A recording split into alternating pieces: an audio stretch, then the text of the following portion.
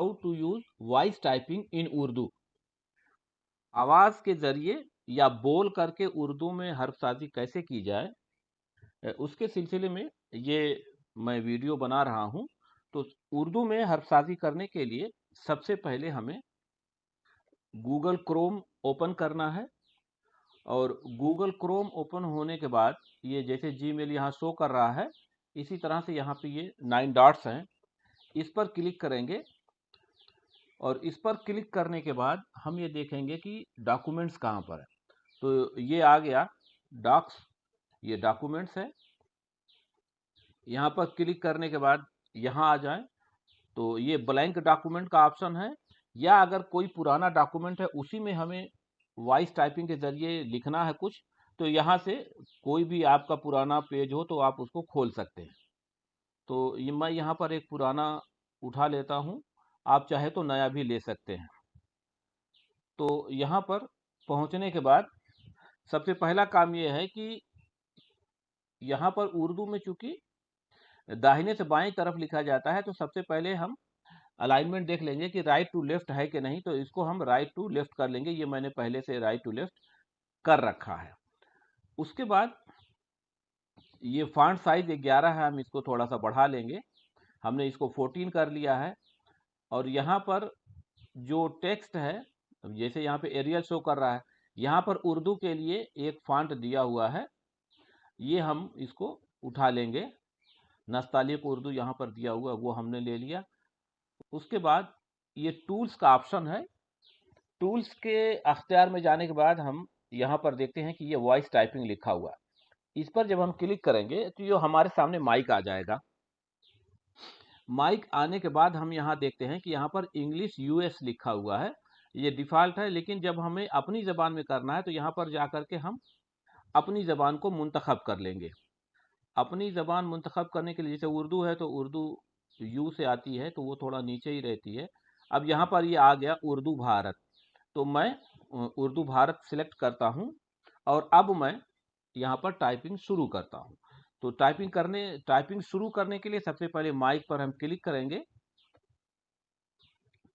आदाब दोस्तों, आज मैं उर्दू में बोल करके या सौती हर्फसाजी कैसे की जाए, यानी हम बोलते जाएं और कंप्यूटर या लैपटॉप हमारा लिखता चला जाए, उसके बारे में एक वीडियो बना रहा हूं। और ऐसे लोग जो बहुत तेजी से टाइप नहीं कर सकते, उनके लिए ये एक आसानी फराहम करता है कि हम जो बोलते चले जाएंगे ये लिखता चला जाएगा। 100% नहीं, लेकिन 90% से ज्यादा, यानी 90% से ज्यादा ये सही टाइपिंग करेगा। लेकिन जैसे ये कॉमा नहीं लगाएगा, ये डैश नहीं देगा, अलिफ मद आ का इस्तेमाल नहीं करेगा। इसमें अभी भी अलिफ मद आ, चाहे हम कितना लंबा पॉज दे देंगे तब भी वो डैश नहीं लगाएगा। तो ये हमें खुद से चेक करना होगा कि कहाँ कहाँ इससे मिस्टेक हुई है।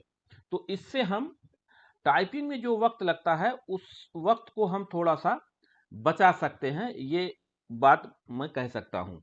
तो इस तरह से हम बोलते चले जाएंगे तो ये लिखता चला जाएगा, जैसा कि आप देख रहे हैं मैं बोलता जा रहा हूँ और ये लिखता चला जा रहा है।